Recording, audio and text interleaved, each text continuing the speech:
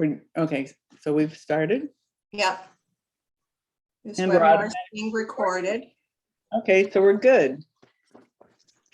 So hello, everyone. This is Dr. Reverend Tammy Patzer, and I'm really excited because today is the premiere of The Art of Empowerment, Victim to Victory with Hindi Stegman.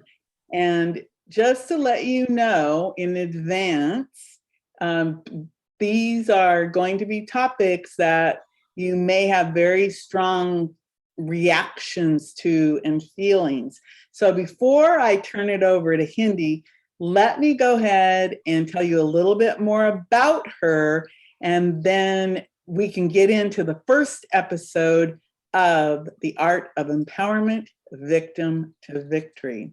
So Hindi was born and raised in Toronto, Canada, and she now lives in Fort Lauderdale, Florida. She is a mother and a grandmother, and Hindi graduated from Seneca College with an interior decorating degree, followed by comprehensive study of feng shui, Reiki, dowsing, and many other energy modalities. Hindi is a truth seeker, and she has this inner calling, always seeking the truth. She continuously studies religions and philosophy, including the ancients, the classics, the Eastern, and the contemporary. So let's just say Hindi is well-rounded. She was an active volunteer in the Toronto community. In 1999, she was appointed chairman for Children of Holocaust Survivors and held this capacity for 10 years. In this capacity, Cindy, give me a break. Hindi organized and facilitated anti-Semitism and anti-racism programs. Hindi was instrumental in organizing conferences, and she initiated as well as facilitated self-awareness groups. She co-authored A Guide for Empowerment and Change, a guide for children of Holocaust survivors based on letting go, forgiveness, and living a joyful life. Hindi presented this workshop in 2000 at the International Holocaust Conference in Oxford, England. And she is a proactive change agent, and she has set up meetings for the children of Nazis, as well as planned and led demonstrations at the homes of alleged Nazi war criminals. Discovering how we are affected by the trauma of the Holocaust is step one. But then what? Hindi's unique approach to personal empowerment has been invaluable to many. So like I said, even as I read that introduction, there were images and words that may have come up for you. So again, I'm going to go ahead and turn it over to Hindi Stegman, and this is The Art of Empowerment, Victim to Victory. Welcome, Hindi. Thank you so much, Tammy, and welcome to everybody that's joining us today. I am just so excited, I can't begin to tell you. This is a mission that has been in my heart or on my heart probably for the last 35 years. You know, growing up, both my parents were Holocaust survivors. So my mother came from a big city. She called it the big city of Lodz. And my father came from a little village called Stopnica. And truthfully, as I was growing up, I really didn't pay much attention to the fact that my parents were Holocaust survivors, except for the fact that they had accents, except for the fact that I really generally didn't invite people to my house because my folks were a little different, because most of my friends all came from Canadian-born families. And what does that mean? That means they had grandmothers and grandfathers or bubbies and zadies. They had cousins. They had pictures. I had none of those things. I used to be so jealous of my friends, jealous in a good way. Wow, wow, I used to say, I wish I had a grandmother who could put her arms around me. And for those of you that don't know me, I'm a crier. What does that mean? I get really sensitive when I'm passionate about what I'm doing. And for, like I said, over 30 years, I have been helping so many children of Holocaust survivors. With what? With helping us to go past what we know. What do I mean by past what we know? In other words, so often as I was on this journey, I would go to events or listen to speakers, therapists who would talk about the pathology. What does it mean to be a child of Holocaust survivors? Well, that's all great. We have different traumas, we have strengths, we have weaknesses, but very often, very often, we were stuck in whatever we were told. So I'm going to briefly read a few passages to you because I'm a great guest. I have done talks for years and years. This is my first event. So just bear with me because I am working it through or whatever you want to call it. So here I go. So my work is dedicated to my parents, and my parents have taught me how to fill my life with gratitude. I believe it's so important every day to focus on what are you grateful for. And today I'm grateful for Tammy for assisting me because this is my first rodeo and it may not be perfect, but here I am. So I'm the firstborn child of 2 Holocaust survivors. Like I said before, my mother was from Lodz, my father was from Stoknica. I was the only girl and I had 3 brothers. So you can imagine as the firstborn child and only daughter. Okay, so Hitler had plans. His plans were to make sure that we, the children, were not to be born. However, somehow my parents miraculously survived and taught me to live by the golden rule. Do we all know what the golden rule is? Treat others as you would like to be treated. So I dedicate my work to my parents, to my children and grandchildren, to all my family and friends, and to all my spiritual teachers who've taught me to live a life of purpose and passion. So who am I? Well, I am loving, strong, proactive, compassionate woman. And it's because of the values of my upbringing. I'm going to share my dad's daily mantra to us was, Hindi, if you lose money, you've lost nothing. But if you lose your hope, you lose everything. I heard this every day of my life. And let me tell you, I didn't understand that as a kid. I didn't even know what he was talking about, really. But that has served me so well on so many occasions. And then in 2019, I got this urge, this yearning. My soul was calling to me, and it said, Hindi, you need to do something again for children of Holocaust survivors, okay? Because I had started doing work with children of Holocaust survivors like 25, 30 years ago and had such successful events. But after a while, you know what? You get Holocausted out, and that's what happened to me. But in 2019, I decided to create a 501c3 called the Art of Empowerment. And the Art of Empowerment was for descendants of Holocaust survivors, that's first generation, second generation, third generation, or anyone whose family was killed in the Holocaust and was murdered. So in some cases, people were blessed to be able to make it out, and they didn't go to the camps, and they might have been the sole survivor in their family. But you know what?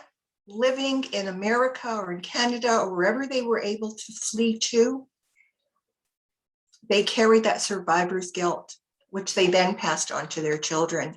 So even though you may not identify as a child of Holocaust survivors or grandchild, you may still be carrying the same energy as we do, just differently, right? So as children, we heard and we felt, and we were surrounded by our parents' stories.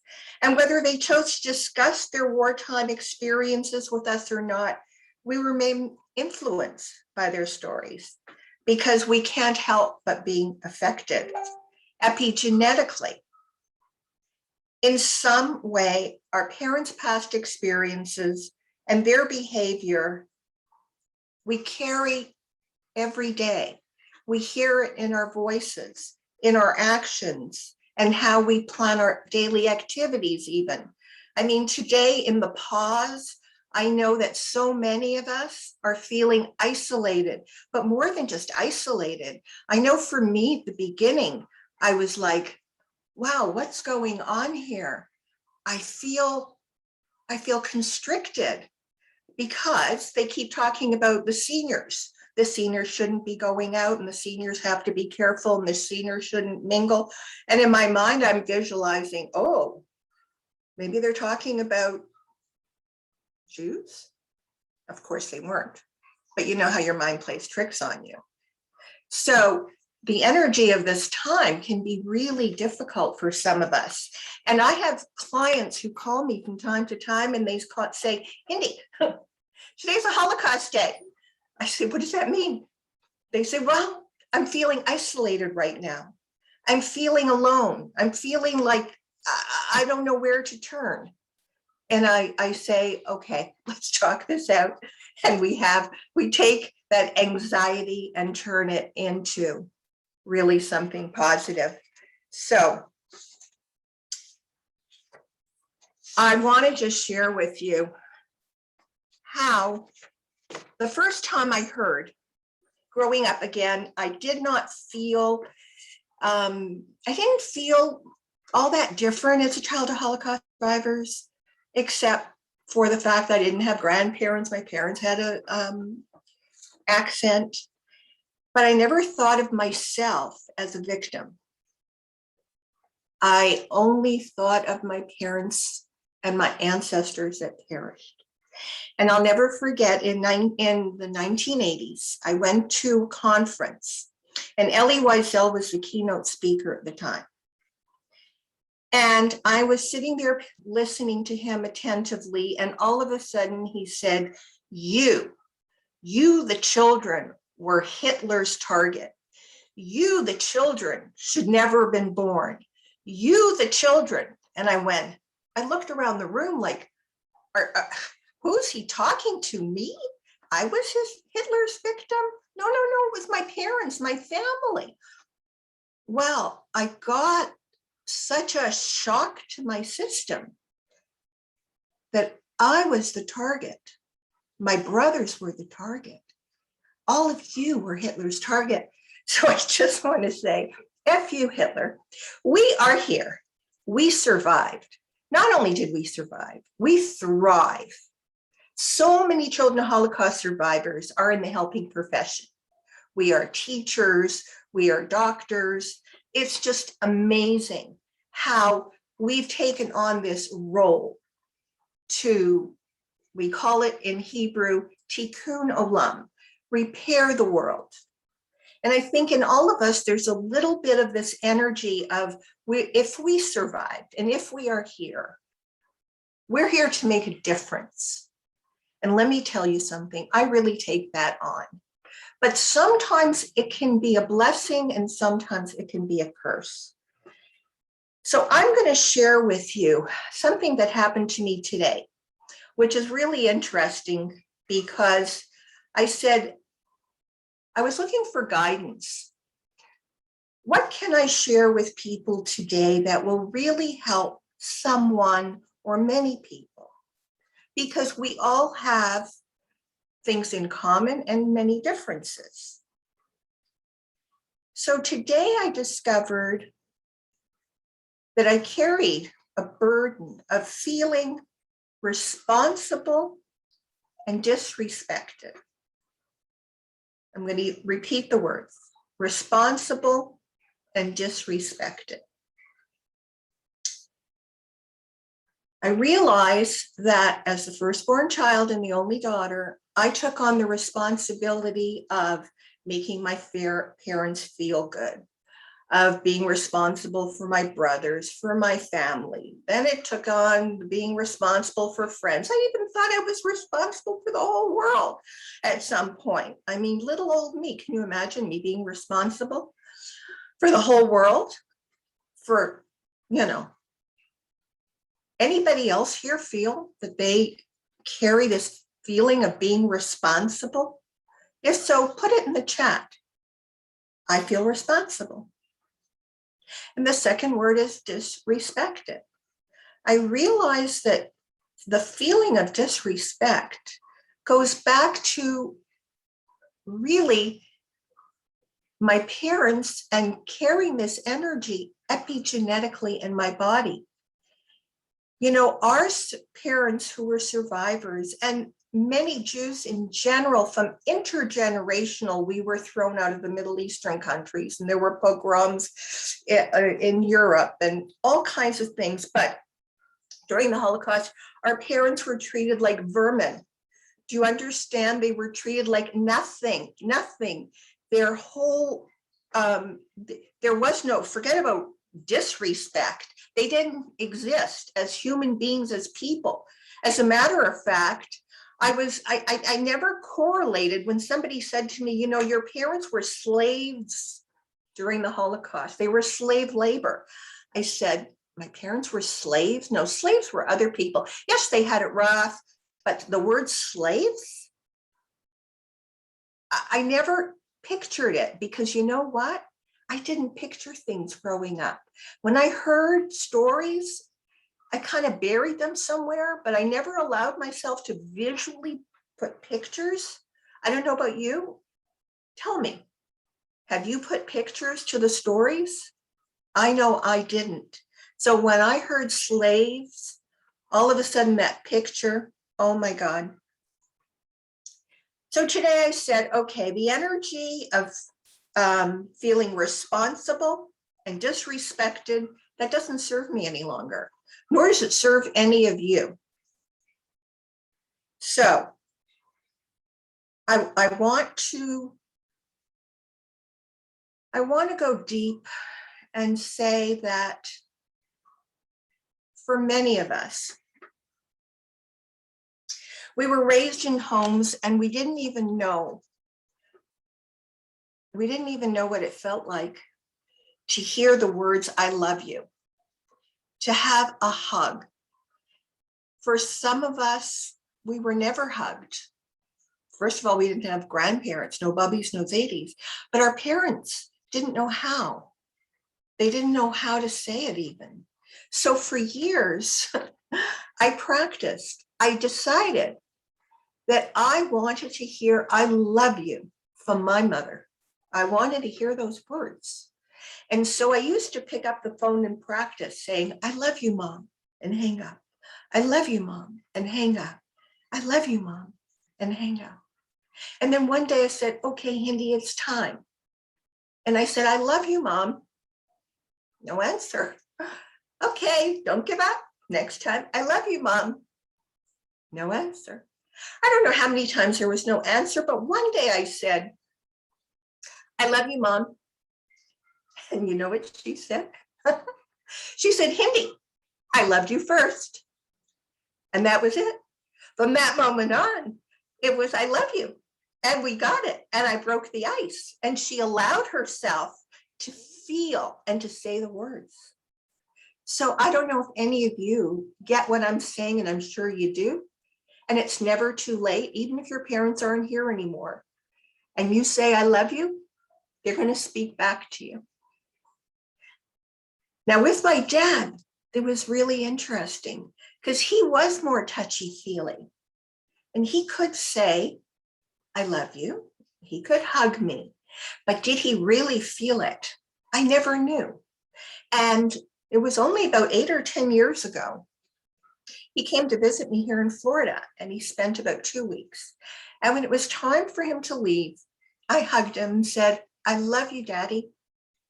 And he started crying. He started crying like a baby. And he said, "Hindi, Hindi, Hindi.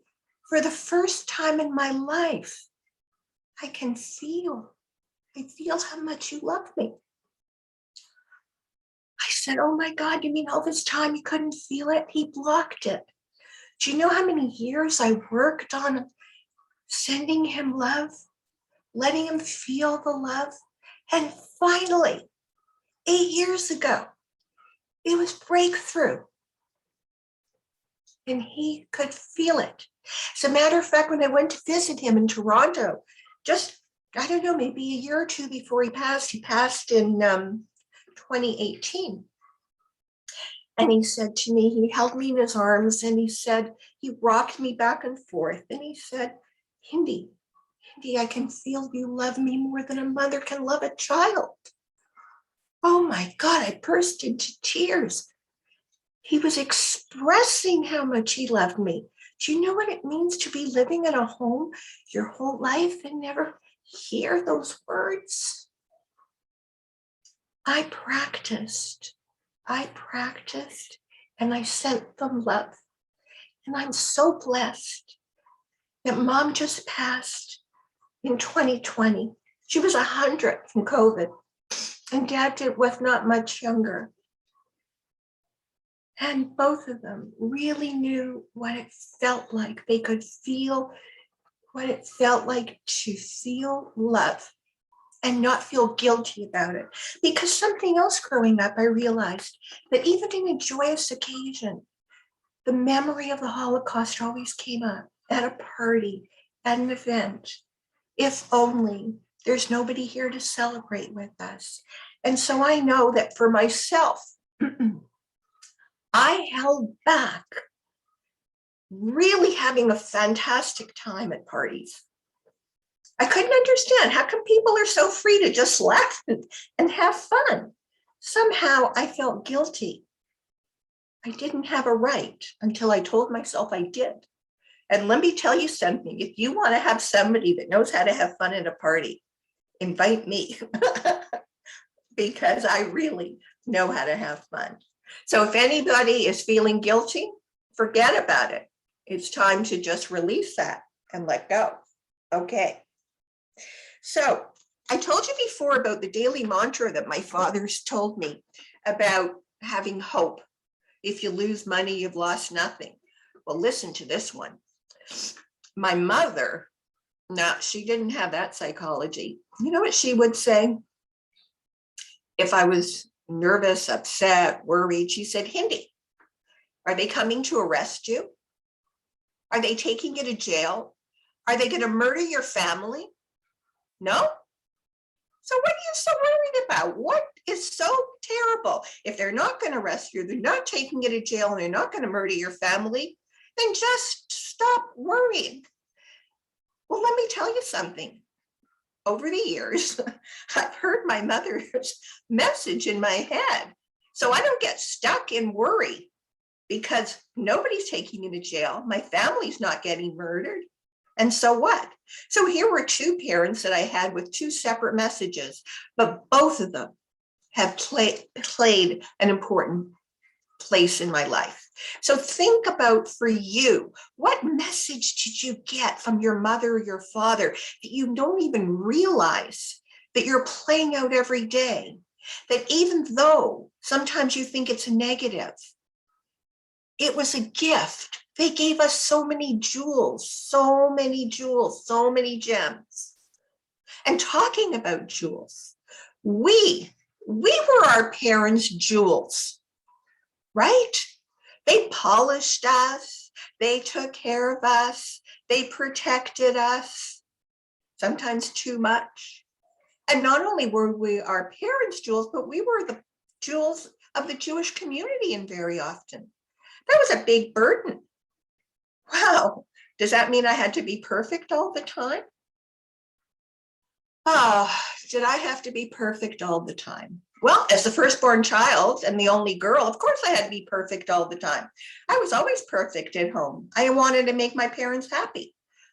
Well, could I be successful at that all the time? Absolutely not. But let me tell you what I learned from that. I learned to be very resourceful. If this doesn't work, I try that. If that doesn't work, I try this. Okay. I learned to be really, really resourceful because I could not make my parents happy all the time. But it turned into a gift for me. It really did. So I use my creativity all the time because if this doesn't work, that works. So for any of you that have had the same situation, just bless your parents and say thank you, because that has helped us to move forward as well. Okay.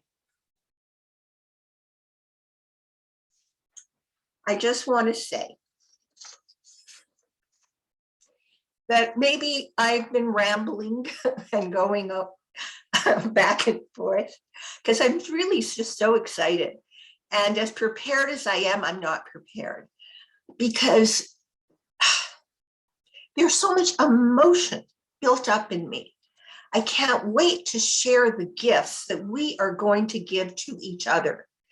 Every month, I'm going to have a guest speaker, and each person is going to have a different take on being a child of Holocaust survivors, a grandchild. How did they go from being a victim to victory?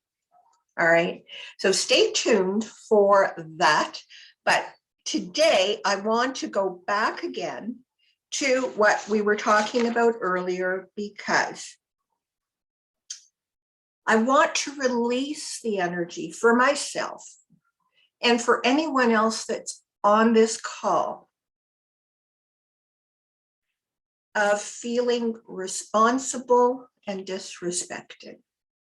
Responsible and disrespected.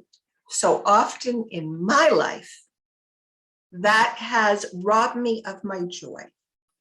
And because I know we all want to live a joyful and productive life, we don't have no need to carry it any longer than today. So if you're ready to release and let go, feeling responsible and disrespected, just put in the chat, I am ready to release and let go.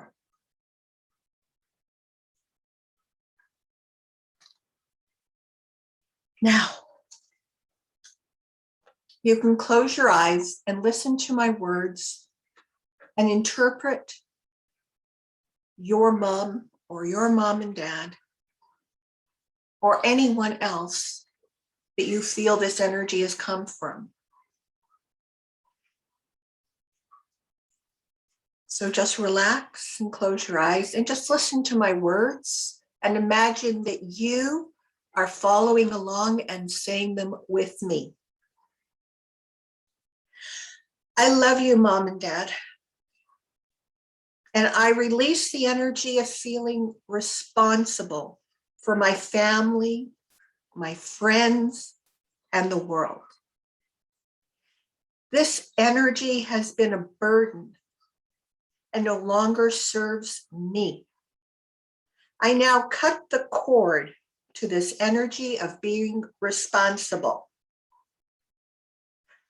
I have no control of anyone other than myself. And this moment and from here on in, I release and let it go. I also cut the cord and release the energy of feeling disrespected. It does not belong to me, but was passed down to me epigenetically. And so I am releasing and letting go the energy of feeling disrespected. Just take a deep breath and feel how this energy is clearing out of your system. Feel how lighter you're getting. Yes. Yes. Yes. Oh, feels so good. So now that we have released this, I want us to fill ourselves up. And so close your eyes if you've opened them and say, I choose to live a happy and joyous life filled with good health, with love and inner peace. How does that feel?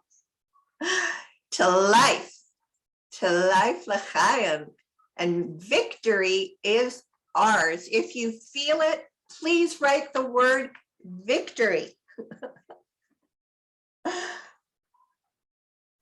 And if you want to find out more and be in touch with me, if you've got a cell phone, you can text the word victory to 855-256-1223. Again, that's 855-256-1223.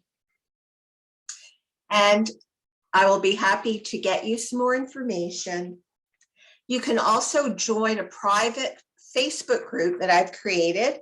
It's Victim-Victory. Go on Facebook and you'll see Victim-Victory. And it's a private Facebook group. Oh my goodness, what a beautiful day it's been. I am just so thrilled for all of you that are here. Let me know if this has made a difference in your life today. I really hope it has, because I know that we want to live in joy. We want to be happy.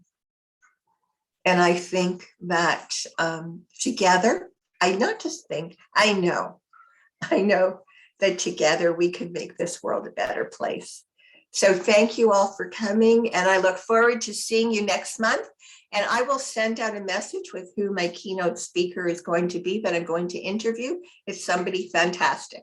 And for any of you that are interested to be a speaker coming up this year, just send me a message and I will send you a link to an interview sheet, and then we'll be in touch. So thank you all. Bye-bye.